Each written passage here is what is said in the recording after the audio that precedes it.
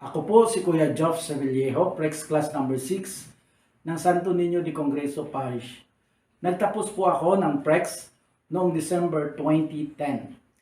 Ako naman po si Ate Lisa Sevillejo, Prex number 6 ng Santo Niño de Congreso Parish. Nagtapos din po ako ng Prex noong December 2010. Ang pagbasa mula sa Ebanghelyo ni San Lucas, chapter 12, verses 54 to 59. Ang Panginoon nawa ay sumaaking isip, suma sa aking labi, suma sa aking puso, upang ako ay maging karapat-dapat magpahayag ng mabuting balita ng Panginoon. Sinabi rin ni Jesus sa mga tao, kapag nakita ninyong kumakapal ang ulap sa kanluran, sinasabi ninyong uulan, at ganun nga ang nangyayari. At kung umiihip ang hangin mula sa katimugan, ay sinasabi ninyong iinit, at nagkaganon nga. Mga mapagkunwari, marunong kayong umunawa ng palatandaan sa lupa at sa langit. Bakit hindi ninyo maunawaan ang mga tanda ng kasalukuyang panahon? Bakit hindi ninyo mapagpasyahan kung ano ang dapat ninyong gawin? Kapag ikaw ay isinakdal, sikapin mong makipagkasundo habang may panahon. Baka kaladkarin kanya sa hukuman at ipag-utos ng hukom na ikaw ay ibilanggo. Sinasabi ko sa iyo, hindi ka makakalabas doon hanggat hindi mo nababayaran ang kahuli-hulihang sintimo. Mga kuya at mga ate, ang mabuting balita ng Panginoon. Pinupuri ka namin, Panginoong Hesukristo. Maglakbay po tayo sa probinsya kung saan maraming bukid. Ang mga magsasaka doon, tumitingin lang sa himpapawid, alam nila kung uulan, alam nila kung mainit. Tulad din ng mga tao noong panahon ni Jesus, malaki ang interes nila sa kondisyon ng panahon dahil ang panahon ang nagdidikta kung maganda ang kanilang ani. Doon nagtatanim sila ng trigo. May mga ubasan sila. Kahit ang mga walang bukid, may interes din sa bukid dahil doon sila nakakahanap ng trabaho. Sa madaling salita, sinasabi rin ng panahon kung ang buhay nila ay sasagana o hindi. May mali ba sa mga nalalaman nila? Sa isang banda, wala naman po. Kaya lang, ang ikinagalit ni Jesus, kaya sila tinawag na hipokrito, ang dami nilang alam at malalim ang kanilang pagkakaintindi tungkol sa panahon, tungkol sa bukid, tungkol sa pananim. Ngunit ang mga kagimbal-gimbal na sinyalis ng mga oras na yon, sila ay bulag at bingi. Ano ba ang mga ito? Una, ang mababang moralidad ng tao. Maraming korupsyon noon kahit hanggang sa mga pari at iskriba. Matayog ang kanilang mga ritual, ngunit walang katuturan dahil malayo sila sa Panginoon, sa Diyos ng kanilang mga minuno. Bulag sila sa political situation noong ang naghahari sa kanila ay ang Roma. Api ang mga Israelita at kumukulo ang kanilang dugo at galit, ngunit ang mga pari at iskriba nagbait-baitan pa sa mga dayuhan, hindi alintana ang mga aping kababayan. Pangatlo, ano ang ginawa nila kay San Juan Bautista? Alam at tanggap ng marami sa Israel na isa siyang dakilang propeta. Nag-aapoy ang kanyang mga salita, namangha ang mga tao nasaktan ang mga tinatamaan. Ngunit natapos ang kanyang ministry nang pugutan siya ng ulo ni Herodes. Ngunit ang tao hindi pa rin nagbalik loob at humingi ng tawad sa Panginoon. At ang pang-apat, ito na ang panahon ng Mesiyas. Bakit hindi niya naiintindihan? Dumating na siya, panahon na ito ng kaligtasan, kung siya ay tatanggapin at paniniwalaan. Ngunit sa kabila nito, pinabaliwala siya. Nagpahayag siya ng magandang balita. Lahat ng mga nangyayari ay katuparan ng mga propesiya sa lumang tipan. Ngunit hindi siya pinansin. Kaya nagtanong si Jesus, bakit hindi ninyo mabasa ang mga tanda ng kasalukuyang panahon? Bakit hindi nyo mapagpasyahan kung ano ang matuwid? Ang hamon ni Jesus na makipagkasundo sa kaaway kaysa makarating pa tayo sa korte at mapatunayan ikaw ay mali ay isang maikling talinghaga. Mabilis kasi silang manghusga ng mali sa mga nangaral tungkol sa paghingi ng tawad. Mga aral na mula sa mga propeta, kay Juan Bautista, kay Jesus na dapat sanang ang kanilang gawin ay makatotohanan at dagli ang pagtanggap sa mga ito, tulad ng kanilang ginagawang paghuhusga araw-araw tungkol sa panahon na tama naman. Dagdag pa rito, ito ay isang babala na kung tayo ay hindi makipagkasundo sa Panginoon, siya ang huhusga sa atin at dadalhin tayo sa bilangguan ng mga hindi napapatawad ng Panginoon. Alam po natin kung saan iyon. Kung ihalin tulad sa atin at sa ating panahon, magaling lang po ba tayong humusga ukol sa matatawag nating kapintasan na nakikita natin sa ating kapwa at hindi natin alintana ang ating sariling mga pagkukulang? O ang dami nating napapansin at hinusgahan, ngunit tahimik tayo sa mga nangyayari sa ating lipunan. Tulad ng kawalan ng hustisya, ang pagyurak ng buhay, ang mga gutom na mamahirap, at marami pang iba. Sa aking pong palagay, ang buod ng ating ebanghelyo ngayon sa ating panahon ay ang hamon na buksan ang ating mga mata para makita natin ang tama, ang mga turo ni Jesus at masunod natin ang mga ito. Kung totoo tayo nilikha na kawangis niya, magmamahal tayo ng tulad ng kung paano nagmahal si Jesus. Ano pa?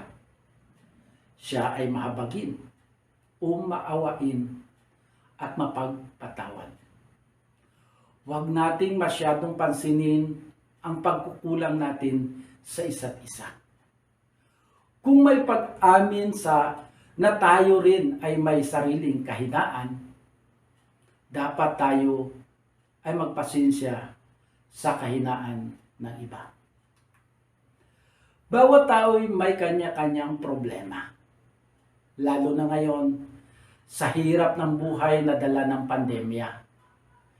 Sadyang maraming tayong hindi alam tungkol sa pinagdaraanan ng ating mga kuya at ate. Kaya hindi tayo dapat mapanghusga. Kung may nakita tayong pagkakamali, maaari nating direktang punahin ito only in the spirit of fraternal correction. Bilang Kristiyano, lahat tayo'y daluyan ng kapayapaan ng Diyos at dapat ito ang ating pagsikapan. Ang pagkakasundo, hindi hidwaan. Ang pag-uusap ng maayos, hindi ang tsismisan at paninirang puri na siyang naghatid ng sigalot. Kaya naman sa Ebanghelyo na ating narinig, ito ang dinidiin na dapat mauna sa lahat, ang kapayapaan sa isa't isa. Ang pagpapatawad natin at pagpapakumbaba. Oo, hindi ito madali. Ngunit kung hihingin ang tulong ng Diyos ay walang imposible. Si Lord ang bahala at siya ang gagawa ng paraan. Ituro niya sa atin ang daan. Makikita nating tayo din mismo ang magiging malaya. Higit pa sa ating pinatawan. Ang habag na ating pinamalas sa kapwa ay tayo ang mas pinapalayang magmahal. Pinapalaya din tayo ng masasamang emosyon na nagiging dahilan upang maging alipin tayo ng nakaraan at hindi maging masaya sa kasalukuyan. Pag nilayan natin ito, isipin natin ang mga nakakasakit sa atin at pati na rin kung ano ang kanilang posibleng pinagdaraanang masakit din. At naging dahilan bakit sila din ay nakakasakit ng kapwa. Dito malalaman natin pare-pareho lamang tayong mga sugatan at luhaan at nangangailangan ng awa at pagpapatawad ng isa't isa. Mga kuya at mga ate, tumama sa akin ang mensahe ng ating binasang ebanghelyo, lalo na sa aking ugali noong hindi pa ako nagsiserve sa ubasan ng Panginoon.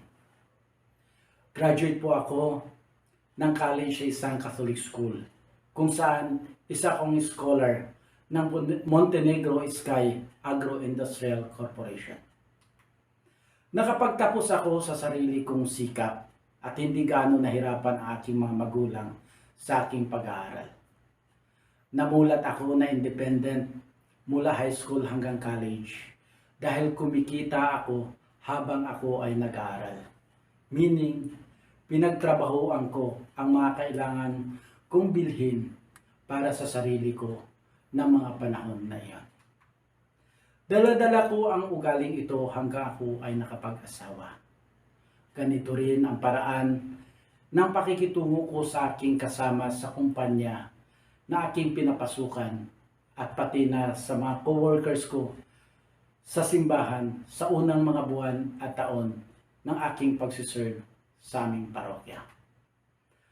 Ang ugaling ito ay ang paghusga sa aking kapwa at ang feeling na ako lang ang magaling. Tuwing may papagawa sa akin, sinusulo ko kahit nahirapan ako dahil nga bilib ako sa sarili ko. Ako lang ang may alam. Kahit nga sa pagdesisyon sa aming pamilya noon, ako lagi ang may say. Sunod-sunuran lang si Ate Lisa na aking mahal na asawa. Sa aking pinapasukan na kumpanya, ako lagi ang bida. Dahil sa ugaling ito mapanghusga, ako ay biglang nag-resign nang inakusahan ako ng kumpanya na may mahigit 20 million na discrepancy sa stocks inventory versus recorded stocks nung ako ay warehouse and production head. Nagpaliwanag ako na ito ay maaaring recording error lamang, ngunit sinagot ako ng management na it has been audited by an independent auditor. Mabuti na lang at ako ay isang accounting graduate at na-check ko ang mga dating mga transactions.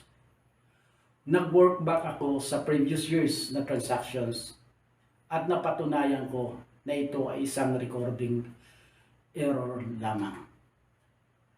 Sa aking isinumiti na report na may 10 pages at around 50 pages na supporting documents, napatunayan ko na walang stocks sa aking panunungkulan. Kasabay sa report na iyon, isinuuti ko rin ang aking irrevocable resignation letter. Kahit wala akong nakuha na separation pay after working for the company for 11 years. Taong 1997 on at nagsisipag-aral pa ang aking mga anak. Noong nakita ng management ang aking report, kinausap ako ng Vice President for Personnel to reconsider my resignation letter. Ngunit sinagot ko po ng please release me for I don't want to work for the company anymore. Nasaktan ang aking ego dahil sa akusasyon at hindi nakinig ang management sa aking paliwanag. Na later on ay nagsorry naman sila. Hindi ko na sila binigyan ng pagkakataon na pakinggan kagaya ng ginawa nila sa akin sa simula. Unti-unti ako nagbago nang kami ni Ate Lisa ay nakapag-attend ng Prex Weekend noong 2010. Mula noon, malaki ang pinagbago ng aking pakikitungo sa aking kapwa. Nasundan ang Prex ng pag-attend namin sa iba't ibang formation seminars ng aming parokya, pati na sa formation seminars ng diocese. Sa mga formations na ito, naging maliwanag sa akin na hindi lamang ako ang magaling at may kaalaman. May mga mas maalam pa kaysa sa akin. Natuto na po akong mag-delegate ng gawain sa mga kasamahan ko, pati sa pagdesisyon sa aming tahanan. Si Ate Lisa na ang nagdesisyon. Sunod-sunuran na ako. Joke lang po ito, kahit totoo. Natuto akong magpakumbaba at sa halip na ako ay manghusga sa aking kapwa, inunawa ko sila. Nagpapatawad at ipinakita ko ang aking pagmamahal sa paraan ng pag-asikaso sa aking mga kasamahan. Isang magandang halimbawa ang mahabang paggawa at pakikipag-ugnayan sa mga kasamahan ay dito sa ating mga paklase sa Prex. Naging malawak at madalas ang aming ugnayan sa team ng facilitators ng Novaliches Caloocan Association of Paris Prex Secretariats o NKDAPS nang mapabilang kami ni Ate Lisa sa Speakers Bureau at Outreach Team. Ang grasya ng pang-unawa at pagpapatawad sa mga kasamahan sa ubasan ng Panginoon ay isa sa maraming grasya na aking natanggap sa paglilingkod sa NKDAPS. Dumadaloy sa amin ang pagmamahal ng Panginoon na aming ibinahagi sa bawat isa. Gaya ng mensahe ng Ebanghelyo na ating narinig, pagpapatawad at pagmamahal ang lagi ng isa puso natin bilang pagsunod sa ating Panginoon. Mga kuya, mga ate, pagnilayan natin ang mga katanungang ito. Kumusta ang ating pakitungo sa ating kapwa? Kung judgmental tayo before our Prex, tunay bang nawala na sa atin ang paghusga sa ating kapwa? Do we now go out of our comfort zone upang unawain at tumulong sa kanila? Mga kuya, mga ate, samahan mo ako sa munting panalangin. Sa ngalan ng Ama, ng Anak at Espiritu Santo. Amen. Panginoon, tulungan mo pong maiwaksi ang pagiging mapanghusga. Bagkus, hiniling po namin na kami ay maging maunawain sa aming kapwa. Matularan po sana namin ang iyong pagmamahal sa amin, kung saan ang lahat ay binibigyan ng pagkakataon, pinapatawad at kinikilalang tunay na kapatid. Hiniling po namin ang pusong mapagmahal sa mga tao na aming nakakasalamuha. Gabayan mo po kami lagi sa aming mga kilos at salita na hindi makasakit sa mga taong nakapaligid sa amin at sa aming makakaniig. Ito lahat ay aming tinataas sa iyo, Ama, Anak at Espiritu Santo, kasama ang panalangin ng mahal na Birheng Maria. Amen. Sa ngalan ng Ama, ng Anak at Espiritu Santo. Amen. God bless po.